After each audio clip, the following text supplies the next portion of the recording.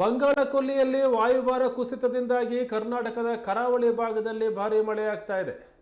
ಕರ್ನಾಟಕದಲ್ಲಿ ಇಂದಿನಿಂದ ಭಾರೀ ಮಳೆ ಗಾಳಿ ಎಚ್ಚರಿಕೆಯನ್ನು ಹವಾಮಾನ ಇಲಾಖೆ ನೀಡಿದೆ. ಕರಾವಳಿಯ ಮಂಗಳೂರು, ಬೆಳಗಾವಿ, ಕಲಬುರಗಿ, ಬಾಗಲಕೋಟೆ, ಶಿವಮೊಗ್ಗ, ಉಡುಪಿ, ಯಾದಗಿರಿ, ವಿಜಯಪುರ, ಬೀದರ್ ಜಿಲ್ಲೆಗಳಲ್ಲಿ ಮಳೆ ಆರ್ಭಟ ಹೆಚ್ಚಾಗಲಿದೆ.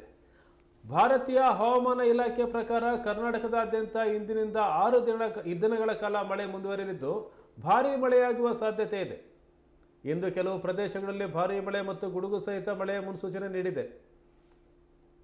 ಕರಾವಳಿ ಕರ್ನಾಟಕದಲ್ಲಿ ಇಂದು ಭಾರೀ ಮಳೆ ಮತ್ತು ಬಲವಾದ ಗಾಳಿಯೊಂದಿಗೆ ಚಂಡಮಾರುತ ಬೀಸುವ ಸಾಧ್ಯತೆ ಇದೆ.